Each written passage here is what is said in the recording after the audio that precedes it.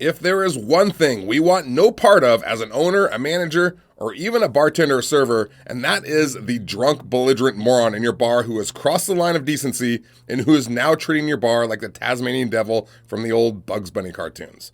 And if you're too young to remember Bugs Bunny, then you suck, because you're young and I'm not anymore. All right, anyway, how you doing? Dave Allred, The Real Barman here from barpatrol.net and therealbarman.com. So today I'm going to give you 5 steps on how to deal with over-serving and intoxicated guests. First, I'm going to tell you how to prevent your bar patrons from turning into an over-intoxicated buffoon like this guy, as well as exactly how to deal with them if you suddenly realize it's too late. All right, I used to bartend and bar manage for years, and it can be a very awkward conversation to tell someone that they've had too much and that they can't have anymore. And it's awkward because you're basically insulting someone by telling them that they're acting strangely, which can be offensive to some. All right, they feel like you're attacking their personality. With that said, awkward or not, you've got to find some courage and get tough. All right, you can't be wishy-washy when dealing with someone who has lost their good judgment. You can't be wishy-washy with someone who's becoming increasingly aggressive. Okay, if they smell weakness, it just gets worse. Now, of course, your bartenders and servers are the first line of defense. All right, you as an owner or manager, you can't be responsible for running around the floor, gazing into the guest's eyes like, it's your 16-year-old daughter trying to dissect if they're wasted or not. All right, that means you need to equip your staff with some strategies and skills to first prevent over-intoxication, and second, what to do if they failed at prevention and the guest is already past the point of no return. All right, so step 1 is, as I just mentioned, prevention. All right, so first off, this is a big reason not to pour drinks strong. All right, follow the standards set in your bar or the guests are going to get off to this quick start of point of no return real quick. All right, if you are the server or bartender and you've already served them like 3 drinks in 30 minutes, you need to try to slow them down. Offer to get them some food, get them some water, ignore them just a little bit. All right, one method I used to use in bartending was to pour their next drink weaker and then ask management if we could just comp it, since it wasn't as big of a loss. All right, since the pour was lighter. All right, this way they get their drink, but it's not loaded with booze. Okay? Step 2, you need to teach your staff how to read the signs of intoxication. This seems obvious, but just making them aware to be aware will heighten their drunk sensors.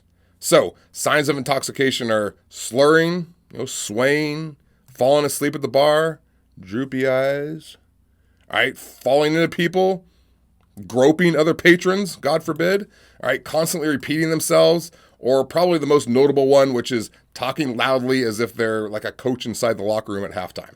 All right, once one or more of these signs start surfacing, it's cutoff time. All right, not after one more drink, now.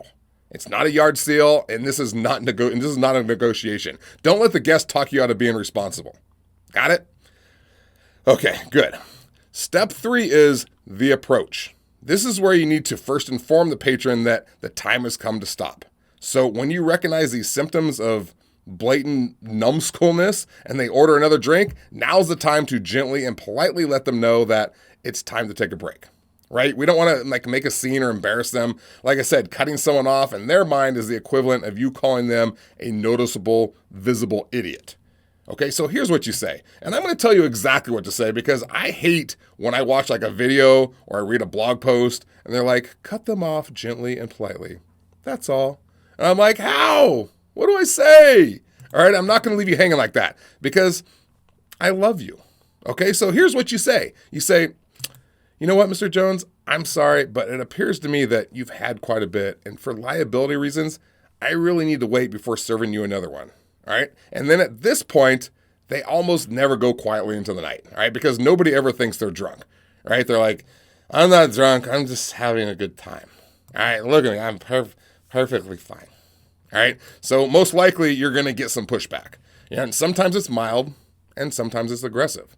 All right. Whatever the pushback is, we can go on to step 4, which is to put the blame onto the law. Okay, I know that sounds strange. Let me explain. You're going to remove yourself from responsibility. So Mr. Jones says, this is BS. I spend thousands of dollars here every month. I'm one of your best regulars. Give me another drink, goddammit. Or whatever he says. All right, and now you reply, I know, Mr. Jones, you are a great regular. We all love you here. My issue is that ABC is in here all the time, and ABC is the alcohol and beverage control, okay? And if I overserve someone and they see it, they're literally going to fine me $1,000 or more and take me away in handcuffs. I'm going to lose my job, and I simply can't risk it. Again, my apologies. And the great thing about this is that it's true. All right, different states have different fines and penalties, but they all have them. Over-serving is serious, and the bartenders can be liable for this. It's a crime. All right, and I'm telling you, I bartended for years, and I used this line, and I kept returning to it every time they kept arguing until it was all over. All right, no matter what they came back with, I'd be like, again, I'm sorry, but I'm not losing my job, and I'm not going to prison. I'm happy to get you some food. You can have a soda or lemonade on the house. I just can't serve anymore. I hope you understand. Again, be very cordial, but you need to be firm. You cannot be hesitant here or they will pounce. Okay, if you are firm, this tactic almost always diffuses them. Because unless they're like a giant pile of crap, they don't want to be responsible for you to go into jail and losing your job either. So they usually surrender and eventually wander out of the bar. Now, if this doesn't happen, if the aggression keeps rising, it's time for step 5, which is to get a manager involved or security if you have them. Okay, the bartender or server has done their job to be civil, all right, and as firm as possible. Once they see that they're having no real effect, it's time to send someone for the floor manager. Okay, now, you as the floor manager, you have the same job. You start off soft and calm. All right, it's best if you can walk them off to the side a bit so there's no scene. Okay, you listen to Mr. Jones's story with empathy. Then you say, I understand, Mr. Jones, and I do apologize, but we both know what a touchy thing alcohol is when it comes to the law. And if my bartender says that you've had enough, I need to back her up on this. Okay, I tell you what, the next time you come in, I'll get you an appetizer on the house. That's the best I can do. If you want to stay for a bit, that's fine, but we simply can't serve you tonight. Okay, I hope you understand. Again, hopefully this dispels them. If they're simply beyond reasoning at this point, you need to let Mr. Jones know that if he doesn't calm down, that you're going to be first to call the police or security if you have security. Okay, this almost always gets them to calm down quickly. Okay, and by the way, as an owner or manager, don't you dare override one of your employees' decisions to cut someone off. All right, don't be like, it's okay, Sarah. He's good. Go ahead and give him another one. No. All right, you make your employees look and feel like an idiot for doing their job when you do that. Make sure you always have their back. Okay? Always. I'm watching you.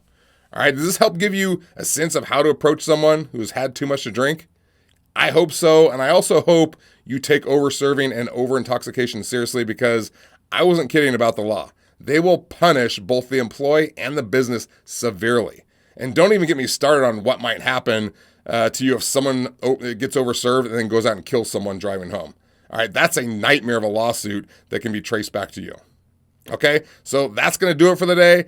I appreciate you being here. I hope you make millions and millions of dollars this week. I'm going to see you next time. I'm out.